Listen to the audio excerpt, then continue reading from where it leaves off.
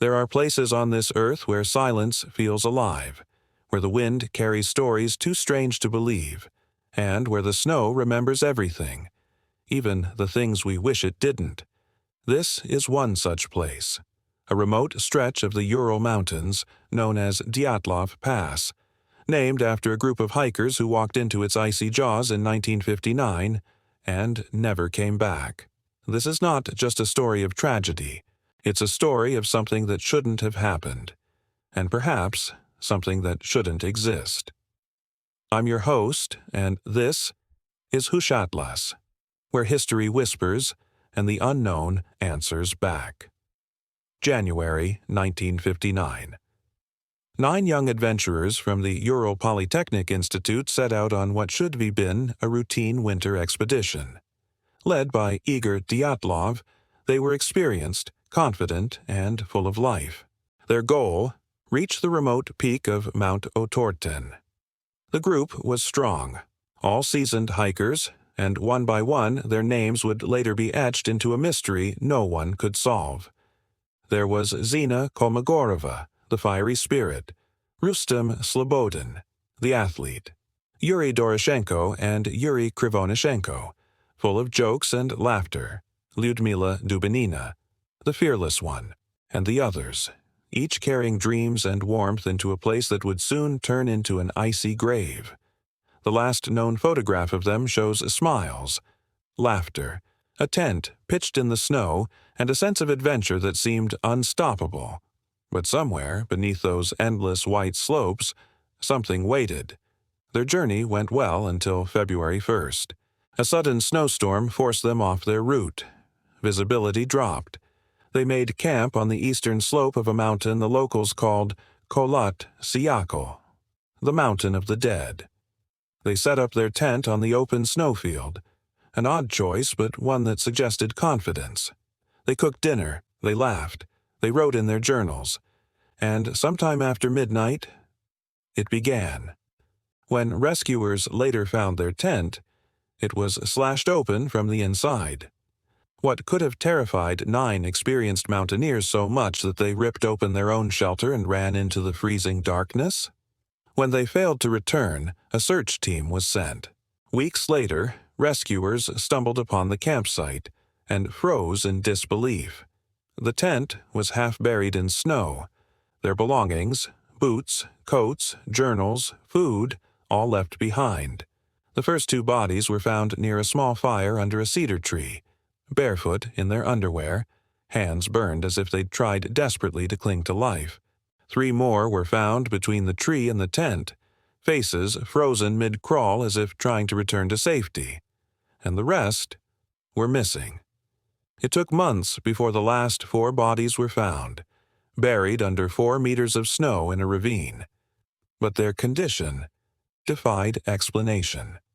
One woman, Lyudmila Dubinina, was missing her eyes and tongue. Another had massive internal injuries, crushed ribs and skull fractures with no external wounds. It was as if something had compressed them with inhuman force. Their clothes showed traces of radiation, and investigators noted that their skin had turned an orange-brown color, as if burned from the inside out. No signs of struggle, no animal tracks, no evidence of another group nearby. Only the whisper of a storm, and the frozen echoes of screams carried away by the wind. The official report concluded, the hikers died due to a compelling natural force. But what force could that be?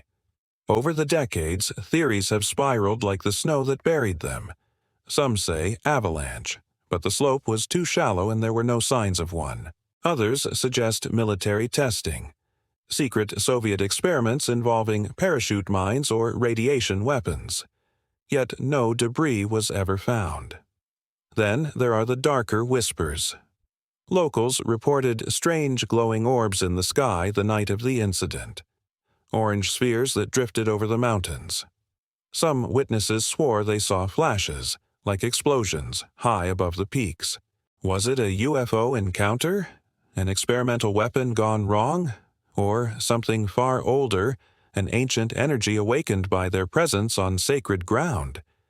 The indigenous Mansi people had long avoided that mountain. They called it cursed, a place where the dead walk in the blizzards. They warned, "Do not disturb the mountain that breathes." Imagine it. A quiet tent on a frozen slope. 9 friends asleep after a long day. Then, a sound, a vibration in the snow, a blinding light through the fabric. Panic. Screams. They slash open the tent, run into the storm. They scatter into the trees, shivering, disoriented. One tries to climb the cedar to spot the light, slips. Another freezes to death trying to help him. The rest huddle near a small fire, but the cold wins. And somewhere deeper in the woods, 4 of them meet something they cannot explain. Maybe it wasn't an avalanche. Maybe it wasn't human. Maybe something found them first. For decades, the Soviet government kept the files sealed. It was in C und T until 2019 that Russia reopened the case and again concluded it was an avalanche. But experts disagreed. The injuries didn't match, and their footprints told a different story.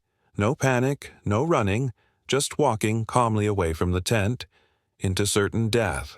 Some say the avalanche story is just another cover-up. Others believe the truth lies buried beneath that snow forever. Yet, even today, the pass remains eerily silent. No birds, no travelers linger after dark. And those who've dared to camp there say they feel watched by something unseen just beyond the edge of the firelight. Every mystery leaves behind echoes, traces that never quite fade. For the Dyatlov group, those echoes live on in the wind that howls across the Urals, whispering their names to anyone who dares to listen. And perhaps, somewhere out there, the mountain still remembers what happened that night. It simply chooses not to tell us. This is HUSHATLAS, where history whispers, and the unknown answers back.